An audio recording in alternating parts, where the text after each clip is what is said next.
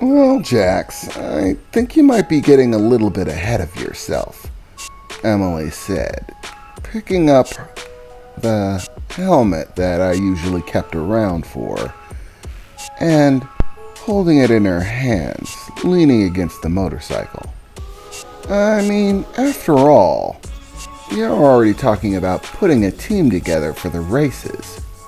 But first and foremost, I think what you need is a test drive. I mean, nothing can ever be really complete until you test it, right? Emily said, a wide smile on her face, beginning to peek itself out. So, we're gonna need to go talk to Al, right? Well, you might as well test drive this little baby all the way down there.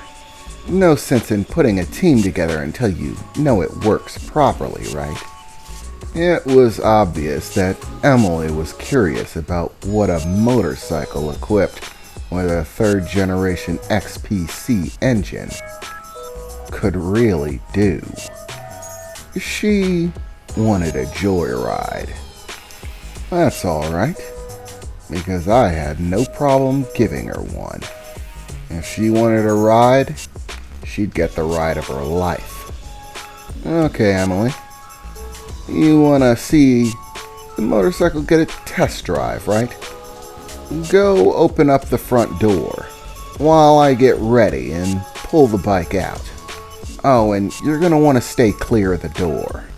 If nothing else, this should prove very fun. So I hoisted myself up while Emily went and opened the door, grabbing my old leather jacket, my trusty oil lighter, and putting on the new helmet.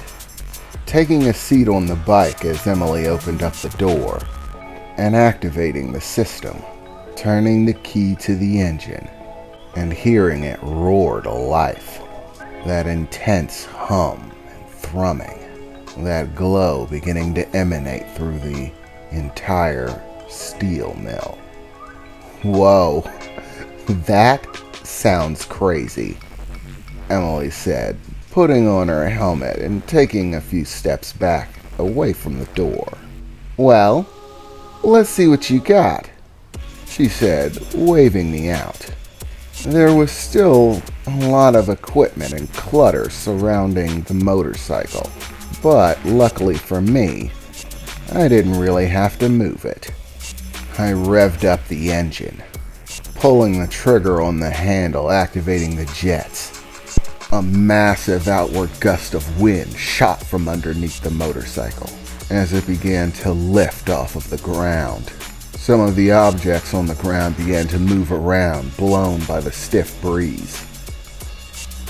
As the bike hovered over the massive pile of things moving towards the exit door, finally coming to a landing right outside of the door before rolling outside, the engine of the motorcycle still thrumming. Okay, your motorcycle can fly. Jax, I'd say that's badass status achieved. Now, let's see what this thing can do, Emily said, hopping onto the back of the motorcycle, gripping onto me tightly. Now, don't you get squeamish because I'm on here. I want you to open this baby up. I want to see what it can do, she said after she got on after closing the door to the steel mill. Alright, Emily. You're gonna want to hold on a bit tighter than that. This is gonna be a trip. Not a long one, but most definitely a harrowing one. Leaning forward on the bike, gripping onto the handles tightly, locking my feet into position, I throttled the engine to the max, the back wheel beginning to spin wildly, throwing up a massive cloud of dust, small stones and debris flying back as the motorcycle peeled out. I had to gain some speed for a moment, let the motorcycle get a little bit more traction, and maybe just for some fun, I spun it around in a full circle, peeling out the entire time before taking off from a cloud of dust in front of the steel mill. In a flash, we were moving so fast we didn't know what to do with ourselves. Of all the things that I thought to put on this, I didn't bother to put a miles per hour measurement. It's really something that I need to add. Or maybe that just takes the fun out of it. But there was no doubt we were moving with great speed, tearing down the road. The occasional abandoned cars that line the roads and streets in this part of the Yellow District, normally fairly easy to get around, no longer had the long time period wait between shifting between them. It was a rapid succession of one turn after another, rapidly swerving around the cars or using the jump jets to jump over them. The motorcycle lifting off the ground for a short amount of time before making its way back down. On the other side of the car, the wind whipping past us frighteningly fast, leaving a massive trail of dust in our wake as we traveled down the road. Normally, it took me about a half an hour to reach Al's Auto from my place, but pulling this engine out and moving as fast as I could safely do without crashing into one of these cars, I ended up making it to Al's in under 5 minutes, finally pressing on the brakes and sliding to a stop in front of Al's Auto. Emily was still gripping to me tightly as we stared at the worn down and beat up sign on top of Al's shop, dimly glowing to welcome new customers. "Oh my God," Emily announced from underneath her helmet. "Jax, never get rid of this bike. You need it. It's important. If you enter the braces and blow this motorcycle up, I'm gonna kill you. I kind of think I'm in love with it.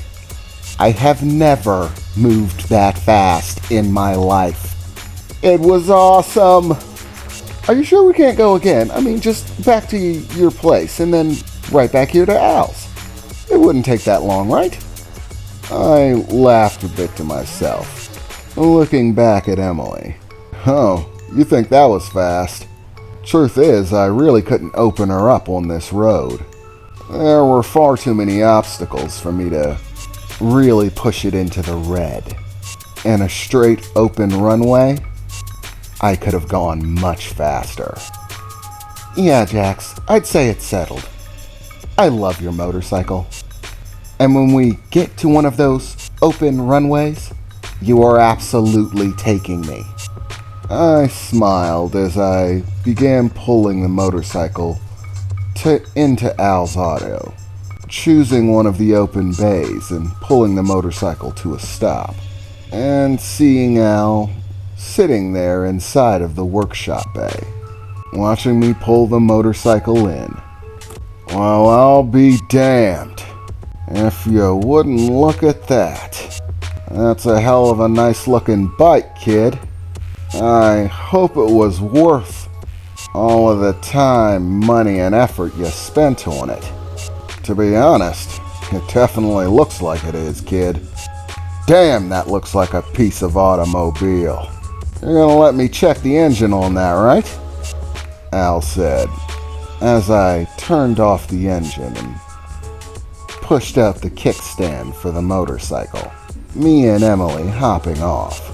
"Yeah, Al, of course I'm gonna let you take a look at the engine. In fact, that's kinda why I'm here. I'm gonna need somebody professionally taking a look at my engine when I enter the Black Label races. I need a team, and specifically, that team needs to have a mechanic, someone in charge of fixing the motorized parts in between the legs of the race.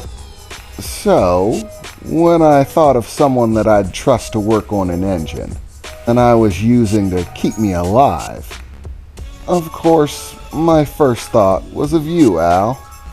An angry old bastard who can fix just about anything. So, really, The question you need to ask yourself is, are you going to let your most trusted employee risk having an inferior mechanic work on his engine? Or are you going to step up and work on it for him? And of course, Al, if I'm going to enter the race, I'm going to need a sponsor.